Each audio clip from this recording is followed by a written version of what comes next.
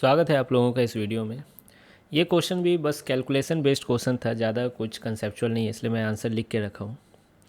एक न्यूट्रॉन है initially at rest, है ना, एक न्यूट्रॉन है रेस्ट पे, वो डिके करता है प्रोटॉन, इलेक्ट्रॉन और एंटी न्यूट्रिनो में। ठीक है, ये आप लोग रेडियो एक्टिविटी टॉपिक में पढ़ोगे मॉडर्न फिजिक्स में लास्ट में जाकर कि ये किस टाइप का है ना, डिके बीटा माइनस है या बीटा प्लस है, बीटा माइनस है वैसे। तो ये proton plus electron plus anti neutrino में ये डिके करता है। तो मैं न्यूट्रिनो को एन से, न्यूट्रॉन को एन से रिप्रेजेंट किया हूँ, प्रोटॉन को पी से, इलेक्ट्रॉन को ई से और एंटी न्यूट्रिनो को ये म्यू नॉट से, है ना, ऊपर बार से किया हूँ, सॉरी। अब क्या कहा गया है कि इजेक्टेड इलेक्ट्रॉन का मोमेंटम इतना है, एंटी न्यूट्रिनो का मोमेंटम इतना है, तो बताइए प्रोटॉन का रिकॉइल स्पीड कितना होगा अगर इलेक्ट्रॉन और एंटी न्यूट्रिनो सेम डायरेक्शन में इजेक्ट हो और फिर परपेंडिकुलर डायरेक्शन में इजेक्ट हो, और मास ऑफ द प्रोटॉन दे दिया गया है।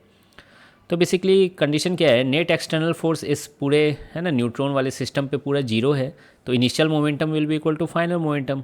Initially neutron was at rest, so initial momentum is zero and final momentum will be the vector addition of momenta of proton, electron and anti neutrino.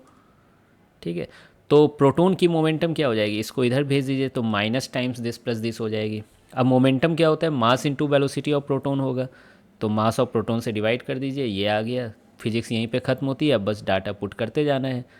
तो पहला case क्या बोला गया है कि दोनों सेम डायरेक्शन में इजेक्ट हुए हैं। ठीक है, तो मैं मान लिया हूँ कि let the same direction be I cap, है ना। आप नहीं भी मानोगे तो भी आप आंसर दे सकते थे, है ना, नॉर्मली जोड़कर। ठीक है, तो मैं मान लिया हूँ। तो देखिए इलेक्ट्रॉन की मोमेंटम ऊपर से लिख दिया हूँ मैं, और फिर एंटी न्यूट्रिनो का मोमेंटम यहाँ से लिख दिया हूँ।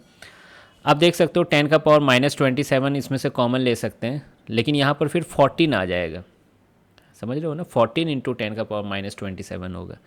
तो 14 प्लस 6.4 कितना होगा, 20.4, और ये नीचे 1.67 है, 10⁻⁻27 कट गए, तो ये लगभग 12.2 मीटर पर सेकेंड आता है। ठीक है, तो ये पहला आंसर हो गया। रिक्वायर्ड स्पीड पूछा गया है, तो फिर मैं आई कैप सबको हटा दिया हूँ, माइनस ये सबको हटा दिया गया हूँ। बाकी आपको समझ में आ रहा होगा कि जिधर इलेक्ट्रॉन और एंटी न्यूट्रिनो गए हैं उसके अपोजिट डायरेक्शन में जाएगा ये प्रोटॉन। नेक्स्ट केस में पूछा गया है कि वही रिक्वायर्ड स्पीड पूछा गया है, लेकिन वो दोनों जो इलेक्ट्रॉन और एंटी न्यूट्रिनो हैं वो दोनों परपेंडिकुलर डायरेक्शन में इजेक्ट हुए हैं। तो मैं मान लिया इलेक्ट्रॉन के लिए आई कैप और एंटी न्यूट्रिनो के लिए जे कैप। अब कोई भी, है ना, आर्बिट्रेरी डायरेक्शन भी मान सकते थे एक दूसरे के परपेंडिकुलर। ठीक है, तो वेलोसिटी ऑफ प्रोटॉन फिर से ये वाला लाइन तो कॉमन ही है ना, बस यहाँ आई कैप आ गया और यहाँ पर जे कैप आ गया। ठीक है, अब यहाँ पर 10⁻⁻27 कॉमन लेना था, तो यहाँ पे 14 हो जाएगा, है ना, जैसा पिछले बार किया था। ठीक है, अब 14 और 6.4 में से भी मैं 2 को कॉमन ले लिया हूँ, तो 7 आई कैप और यहाँ पे 3.2 जे कैप हो जाएगा। 10⁻⁻27 कट गए, तो 2/1.67 बचा। अगेन ये माइनस क्या बता रहा है कि आई कैप और जे कैप का जो रिजल्टेंट आएगा उसके अपोजिट डायरेक्शन में, है ना, ये प्रोटॉन जाएगी। लेकिन अच्छी बात है कि डायरेक्शन नहीं पूछा गया है, नहीं तो वो भी निकाल लेते, टेन थीटा 3.2/7 करते, फिर उसके अपोजिट सेंस में कर देते इसको।